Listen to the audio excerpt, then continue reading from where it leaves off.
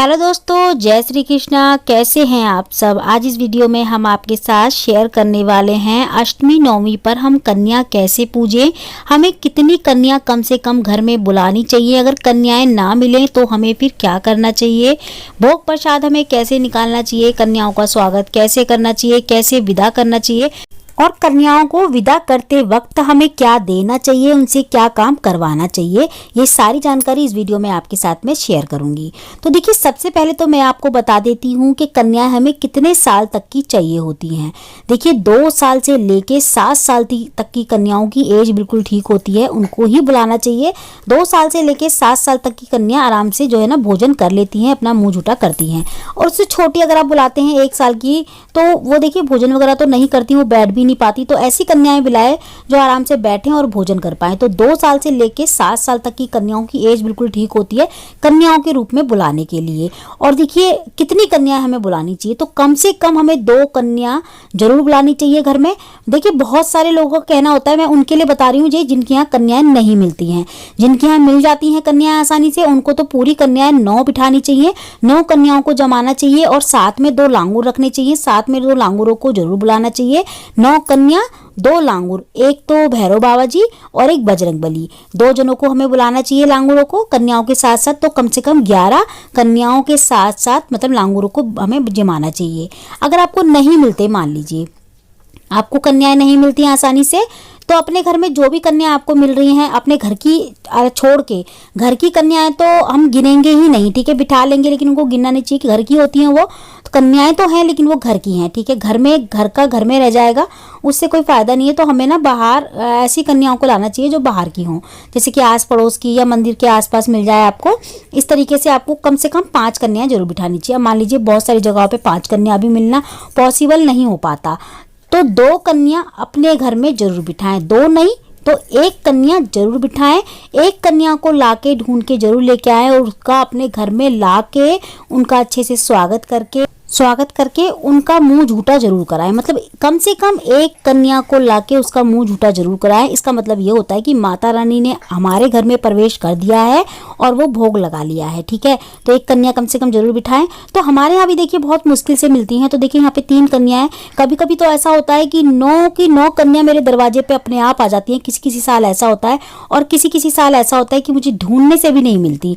तो 2 कन्या हमारे पड़ोस की हैं, वो तो मिल जाती हैं आराम से, लेकिन बाकी की नहीं मिलती मुझे, बाकी की मंदिर वगैरह से मिलती हैं। और कभी कभी तो अपने आप आ जाती हैं पूरी की पूरी 9 कन्याएं, ऐसा हो जाता है। ये भी माता रानी का चमत्कार है, ठीक है।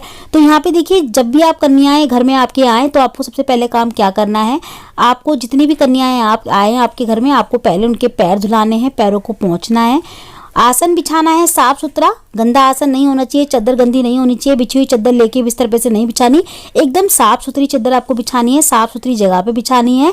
और कन्याओं का मुंह ऐसे रखें कि आपका मुख ना, जब आप कन्याओं का पूजन करें तो आपका मुख जो है ना उत्तर या पूरब की तरफ हो, इस तरीके से कन्याओं को बिठाएं, ठीक है। तो कन्याओं को बिठाने के बाद आपको पैर धुलाने हैं और उनको तिलक करना है, उनके हाथों में कलावा बांधना है, उसके बाद ही उनको भोजन परोसना है। पहले ना परोसे भोजन, पहले उनका पूजन कर लें, जैसे कि तिलक आदि वगैरह कर ले, पहले तिलक कर लें, हाथ में कलावा बांध लें, उनके पैर धुला दें, उसके बाद उनको भोजन रखें, भोजन खिलाएं।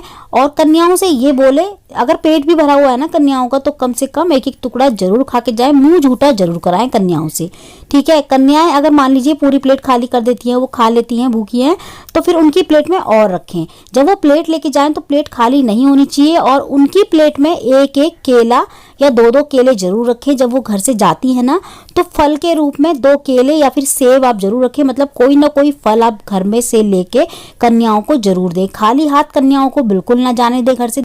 जो हम विदा देते हैं ना दक्षिणा, वो अलग चीज होती है, लेकिन कन्याओं को हमें फल भी देने चाहिए, जैसे कि केला दे दें, आप सेब दे दें, जो भी फल आप लेके आए। वैसे सबसे ज्यादा अच्छे होते हैं ना वो केले ही होते हैं, तो केले आप हर कन्या के हाथ में 1-1 जरूर दें, उनकी प्लेट में 1-1 केला जरूर रखें। उसके बाद आप उनको दक्षिणा दें, ठीक है। दक्षिणा जब आप दे दें तो उसके बाद कन्याओं के पैर छू लें। दक्षिणा देते वक्त ही आपको कन्याओं के पैर छूने हैं, या फिर कन्याएं जब विदा हो रही हो, जा रही हो, तब दक्षिणा देते जाए, उनके पैर छूते जाएं। और कन्याएं जब जा रही हो ना, तो उससे पहले ही आप उनके हाथ में थोड़े थोड़े से अक्षत दे दें या थोड़े थोड़े से फूल दे दें। गेंदे के फूल जो होते हैं उसकी पत्तियों को तोड़ के रख लें, उसमें थोड़े से चावल मिक्स कर लें और सभी कन्याओं के हाथ में थोड़ा थोड़ा दें। अगर एक है तो एक के हाथ में दे दें, और लांगूर के हाथ में भी आपको देने हैं, कन्याओं के हाथ में भी आपको देने हैं थोड़े थोड़े से अक्षत। और साबुत होने चाहिए अक्षत, टूटन नहीं होने चाहिए, टूटे हुए नहीं होने चाहिए। अक्षत देने के बाद कन्याओं को पहले ही आप समझा दें, जब आप कन्याएं जाती हैं ना घर से, तो आप उनकी तरफ पल्ला कर ले। जब भी वो जाएंगी आप उनके पैर छूते जाएं, वो आपके पल्ले में वो थोड़े थोड़े से अक्षत जो है ना डालती हुई चली जाएंगी। और जो थोड़े से अक्षत उनसे बोलें कि बचा के भी रखें, जब वो जाएंगी तो हमारे घर की तरफ वो फेंकती हुई चली जाएंगी।